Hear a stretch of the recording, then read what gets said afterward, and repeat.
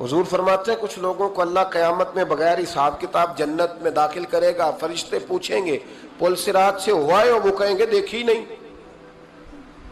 میزان عمل تلوائے؟ وہ کہیں گے دیکھا ہی نہیں۔ کیسے آ گئے؟ تو کہیں گے خدا کے فضل سے آ گئے۔ فرشتے پوچھیں گے تمہارا عمل کیا تھا؟ وہ کہیں گے کچھ بھی نہیں، عام لوگوں کی طرح نماز پڑھتے تھے، روزہ رکھتے تھے، حج فرض ہوا تو کیا، زکوٰۃ اگر ہمارے اوپر لاگو ہوئی تو دی، عام روٹین کے معاملات۔ تو فرمائے اتنی بڑی فضیلت کے بغیر حساب کتاب جنت، کوئی تو وجہ ہوگی۔ تو بندے عرض کریں گے وجہ ایک ہی تھی کہ رب جو ہمارے حق میں فیصلہ کرتا تھا ہم اس پر راضی ہو جایا کرتے۔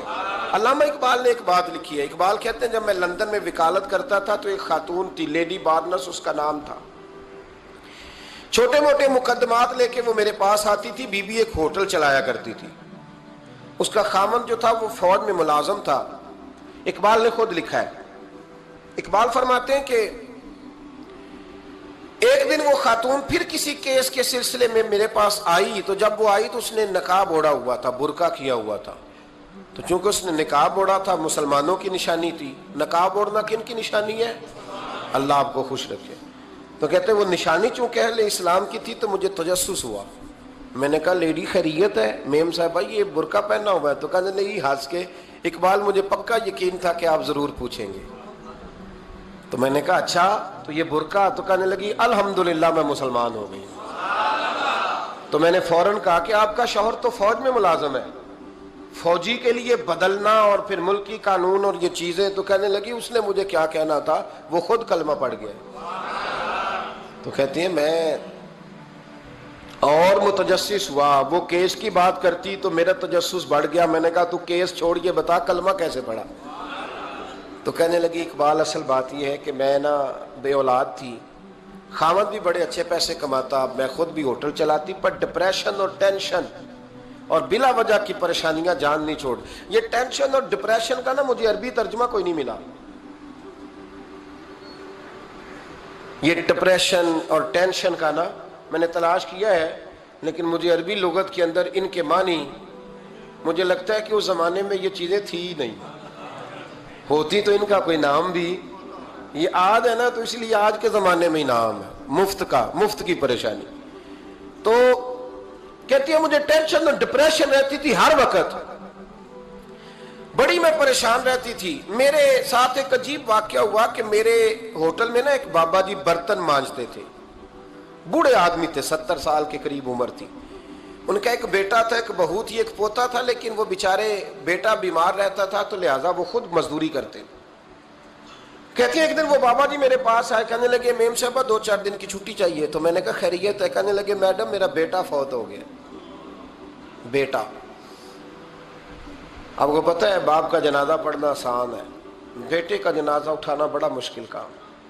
کہتی ہے میں کچھ لکھ رہی تھی، میرے ہاتھ سے قلم گر گیا، میں نے خود گاڑی بھیجی، بابا جی گاؤں چلے گئے جہاں وہ رہتے تھے۔ کہتی 2-3 دن کے بعد میں اور میرا شوہر گئے تو رستے میں ہم باتیں کر رہے تھے کہ کیا تعزیت کریں گے، ایک ہی بیٹا تھا، کوئی رشتہ دار بھی نہیں، تو اس کی تو کائنات اجڑ گئی، کن لفظوں سے اسے تعزیت کیا کہیں گے۔ کہتے جب ہم گئے تو وہ ٹوٹی ہوئی چٹائی پہ بیٹھا تھا، کچھ لوگ قریب تھے، ہم نے جا کے کہا بابا آپ مسلمان ہیں، ہم آپ کو کیا نصیحت کریں، ایک ہی بیٹا تھا، کہ کس طرح کر کے ہم آپ کو تسلی دیں۔ تو کہتے ہیں اس نے آنکھیں کھولی، بوڑھی آنکھوں میں ایمان کی روشنی، کہنے لگا بی بی کیا تعزیت کی بات کرتی ہو، میں نے کوئی پیسے جمع کرا کے بیٹا لیا تھا، خدا نے فضل سے دیا تھا، عدل سے لے گیا ہے، میں اپنے رب کے فیصلے میں بڑا راضی ہوں، اللہ بڑا کریم ہے، وہ لے گیا، اس کا مال تھا۔ آپ یقین کریں ہمارے دیہاتی لوگ یہ کہا کرتے تھے، میں نے کانوں سے سنا ہے، ایک بوڑھے آدمی کا ایک دفعہ بیٹا فوت ہو گیا تو کسی نے اس سے کہا بابا چھوٹی عمر میں بچہ چلا گیا، تو مجھے لفظ نہیں بھولتے، کہنے لگے پتر اللہ دی فصل ہے، کچی وڈے تاں وی دی ہے۔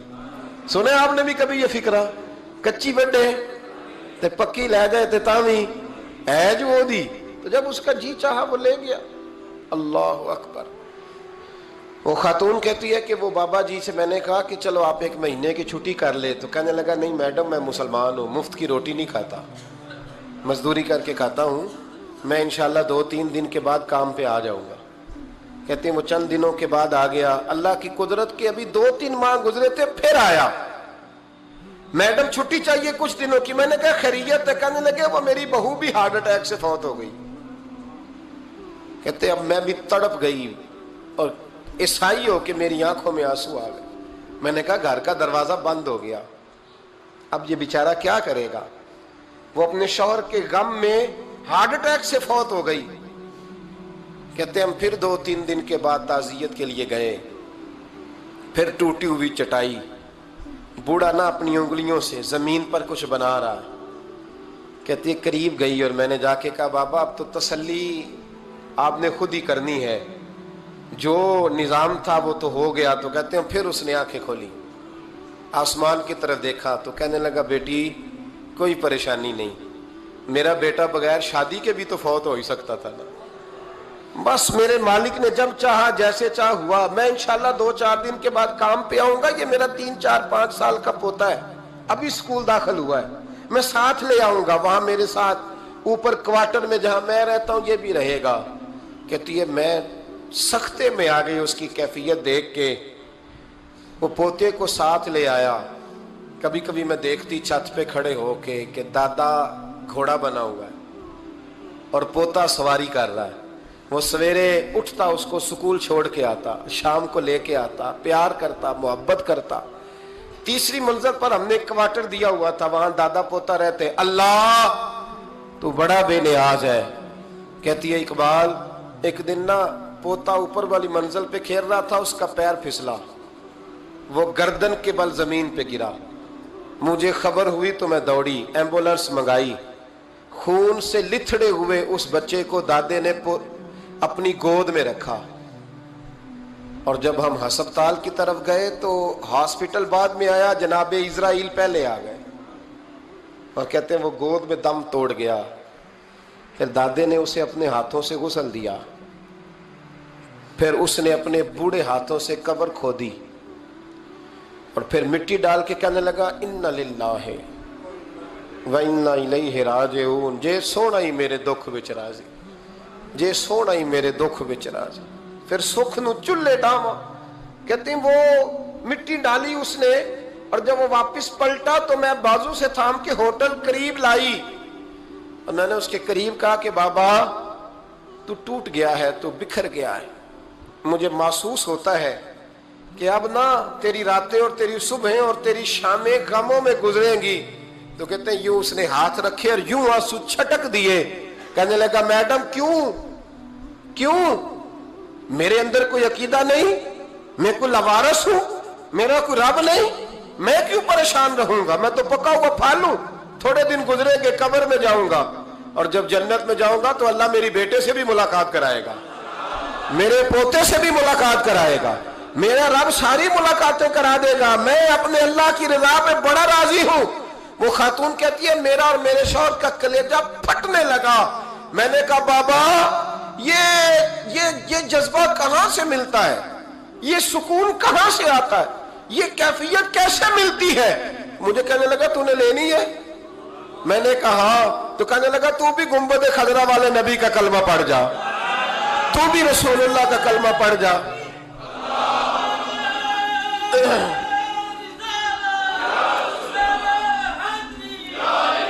میرے محبوب کا کلمہ پڑھ, اللہ تجھے سکون عطا کرے گا. ایک حدیث نہ پڑھ لوں مسلم شریف سے, بخاری سے ایک حدیث نہ پڑھ لوں تاکہ یہ بات مضبوط ہو جائے. حضرت ابو طلحہ رضی اللہ تعالی, بیٹا شدید بیمار ہے, مزدور آدمی تھے, کئی دنوں سے گھر تھے. بیوی کہنے لگی اگر آپ گھر میں بیٹھے رہیں گے تو کھائیں گے کہاں سے, جاؤ آپ مزدوری کرو, میں بیٹے کو دیکھتی ہوں. ابو طلحہ مزدوری کرنے چلے گئے. شام کو آئے تو بیٹا فوت ہو چکا تھا. عورتیں بے حوصلہ ہوتی ہیں نا اکثر, پر بیوی نے سفید کپڑا ڈال کے کمرے میں رکھ دیا. بیٹا, ماں اور بیٹا کو ناپ تکتا ہے رشتہ, بیٹے میں سفید چادر ڈال کے کمرے میں رکھ دیا. حضرت ابو طلحہ انصاری آئے, بیٹے کا کیا حال ہے؟ کہنے لگی اللہ کی رحمت میں ہے. اللہ کی, کیسا جملہ ہے, اللہ کی رحمت میں ہے. خامد نے کھانا کھایا, بیوی سے ملنے کو دل کیا تو ملاقات ہوئی. فارغ ہو کے بیٹھے تو خاتون اٹھ کے نا خاوند کے قریب گئی، اس کا ہاتھ تھاما، کہنے لگی نبی کریم علیہ السلام کے صحابی ہو، ایک مسئلہ دریافت کرنا تھا، بتاؤ گے؟ کہ پوچھو۔ کہنے لگی اگر کوئی آپ کے پاس امانت رکھوائے اور پھر اپنی امانت واپس مانگے تو کیا کرو گے؟ حضرت ابو طلحہ کہنے لگے پوچھنے والی کیا بات ہے، جس کی امانت ہے واپس کر دیں گے۔ اب زوجہ روئی، اب صبر والی بی بی روئی، اب ماں روئی، آنسو ٹپکے، آنچل سے پوچھ کے کہنے لگی ابو طلحہ وہ بیٹا بھی اللہ کی امانت تھا اور رب اپنی امانت لے گیا ہے، اٹھو غسل کفن کا بندوبست کرو۔ حضرت ابو طلحہ اٹھے، کامتے کامتے ہاتھوں سے غسل کفن دیا، مسجد نبوی میں پہنچے، محبوب کی بارگاہ میں عرض کیا تو رسول کریم فرمانے لگے تیرے اور تیری بیوی کے عمل سے اللہ بھی بڑا راضی ہے، اللہ کے رسول بھی بڑے راضی ہیں اور اللہ تجھے برکت عطا کرے گا۔ صحابہ کہتے ہیں پھر اللہ نے انہیں 9 بیٹے عطا فرمائے، پھر اللہ نے انہیں اللہ کی رضا پہ راضی رہنا سیکھو، اللہ کے قریب چلے جاؤ گے اللہ کی رضا پہ۔ حضرت سفیان ثوری دعا مانگ رہے تھے، یا اللہ راضی ہو جا، یا اللہ راضی ہو جا، یا اللہ راضی ہو جا، دعا مانگ رہے تھے۔ بی بی رابعہ بصری پردے کے پیچھے بیٹھی تھی، جب دعا لمبی ہو گئی تو کہنے لگی سفیان بس کر، کوئی اگلا لفظ بھی بول، بس کر۔ آپ فرمانے لگے تجھے کیا ہوا؟ تو کہنے لگی تو کب سے کہہ رہا یا اللہ راضی ہو جا، یا اللہ راضی ہو جا، پہلے اپنے دل پہ ہاتھ رکھ کے بتا تو اللہ سے راضی ہے؟ تو راضی ہے اللہ سے؟ تو روز نہیں کہتا پیسے نہیں ہے میرے پاس مجھے دے، تو روز نہیں کہتا یا اللہ فلانی چیز کوئی نہیں دے، اے اللہ فلاں کو دے دیا مجھے کیوں نہیں دیتا معاذ اللہ، تو روز شکوے نہیں کرتا؟ فرمایا پہلے تو راضی ہو جا۔ ترمذی شریف کی حدیث ہے، میرے نبی کریم علیہ السلام نے فرمایا تم اللہ کے دیے ہوئے تھوڑے رزق پہ راضی ہو جاؤ، اللہ تمہاری تھوڑی عبادت سے راضی ہو جائے۔